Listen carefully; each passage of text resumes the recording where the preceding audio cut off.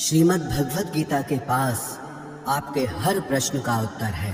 चाहे आपकी कोई भी परेशानी हो, कोई भी इच्छा हो, श्रीमद् भगवत गीता आपके हर प्रश्न का उत्तर देती है, आपकी हर समस्या का हल देती है।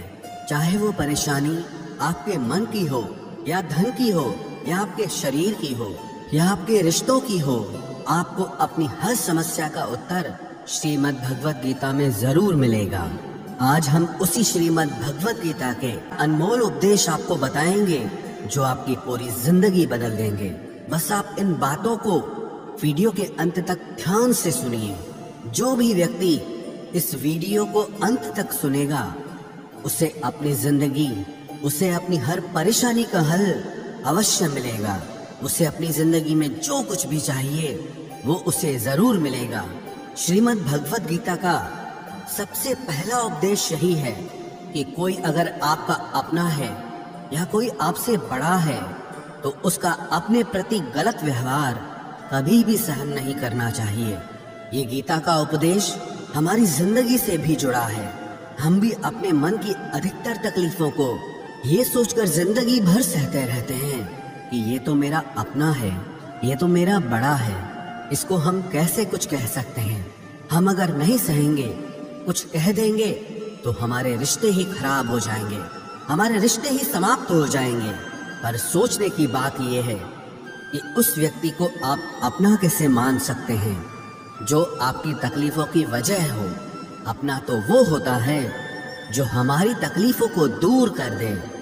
तो गीता का ये उपदेश है कि किसी को भी अपना फायदा मत उठाने दो, किसी को भी खुद पर जुल्म मत करने दो, क्योंकि आप जितना सहेंगे लोग आपको उतना सहने के लिए और मजबूर करेंगे।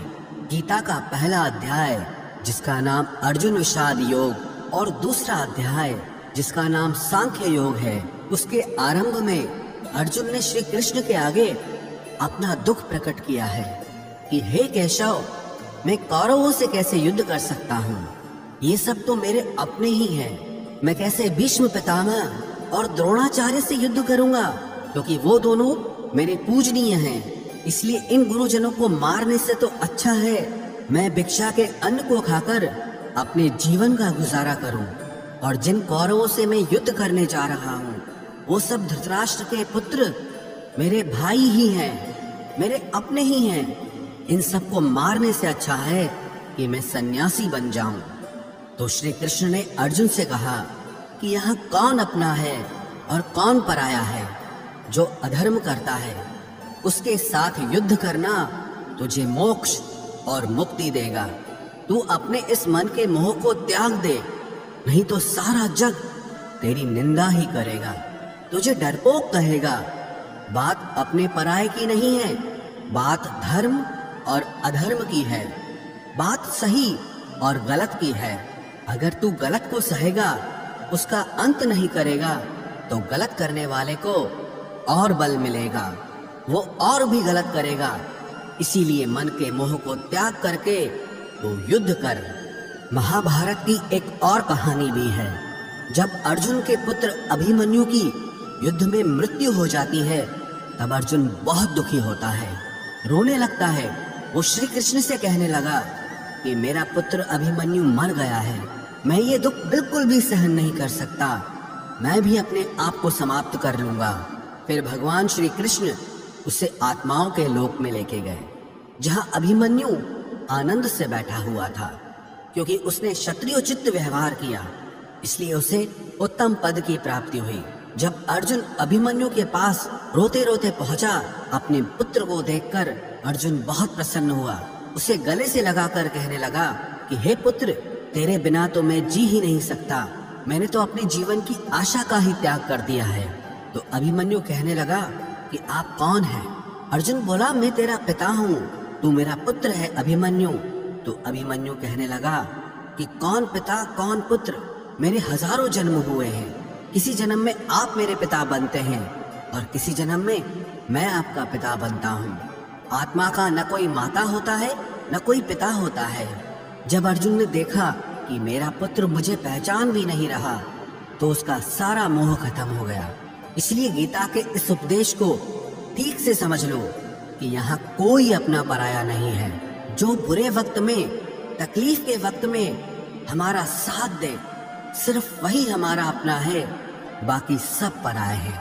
गीता का दूसरा उपदेश यह है कि जो चला गया है कभी उसका दुख मत करो, और जो आने वाला है उसकी बिल्कुल भी चिंता मत करो। जब महाभारत का युद्ध चल रहा था तब अर्जुन ने श्री कृष्ण से कहा कि अगर ये युद्ध हुआ तो करोड़ों लोग मारे जाएंगे। जो सैनिक और योद्धा इस युद्ध में मारे जाएंगे उनकी स्त्रियों का क्या होगा, समाज कैसे आगे बढ़ेगा, और भी बहुत सी बातें अर्जुन ने विस्तार से कही हैं। तो भगवान श्री कृष्ण ने कहा, अशोच्यानन्वशोचस्त्वं प्रज्ञावादांश्च भाषसे गतासून अगतासोश्च नानुशोचन्ति पंडिताः।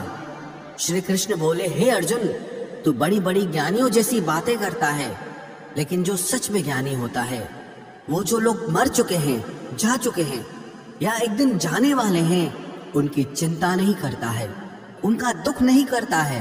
तेरे हाथ में कुछ भी नहीं है, तू चाह कर भी कुछ कंट्रोल नहीं कर सकता। जीवन और मरण ये तो प्रकृति की नियति है। इसीलिए जो ज्ञानी होता है वो किसी के मरने पर भी रोता नहीं है। ज्ञानी जन ना ही बीते हुए कल का शोक करते हैं और ना ही आने वाले कल की चिंता करते हैं। इसीलिए जो होने वाला है वो होकर ही रहता है, और जो नहीं होने वाला है वो कभी नहीं होगा। ऐसा निश्चय जिसको समझ में आ जाता है, जिसकी बुद्धि में आ जाता है, उसे कभी कोई चिंता नहीं सताती, कोई दुख नहीं सताता। हमारे सारे दुखों का कारण ही यही है। या तो हम जो वक्त गुजर चुका है उसे सोच सोच कर परेशान होते रहते हैं, या भविष्य की चिंता कर करके खुद को बीमार कर देते हैं, नष्ट कर देते हैं। गीता का ज्ञान हमें यही सिखाता है कि ना तो हम बीता हुआ कल बदल सकते हैं और ना ही आने वाले कल पर कंट्रोल कर सकते हैं। हमारे हाथ में सिर्फ वर्तमान है, सिर्फ आज का ही पल है। हमारा 98% तनाव और चिंताएं भूतकाल और भविष्य काल के बारे में सोचते रहने से होता है। हम हमेशा उसी में ही जीते रहते हैं, मगर वर्तमान में कभी नहीं जीते, इस पल को कभी नहीं जीते। जब आप वर्तमान का पूरा आनंद लेना सीख जाओगे, तभी आपकी जिंदगी से तनाव कम होगा, चिंताएं खत्म होगी। वर्तमान में जीना एक बहुत बड़ी उपलब्धि है। हमारे हाथ में भी सिर्फ आज का ही पल है। हमें जो भी करना है आज ही करना है। कभी भी ये सोचकर समय को नष्ट नहीं करना चाहिए कि अभी मेरे पास बहुत समय बचा है।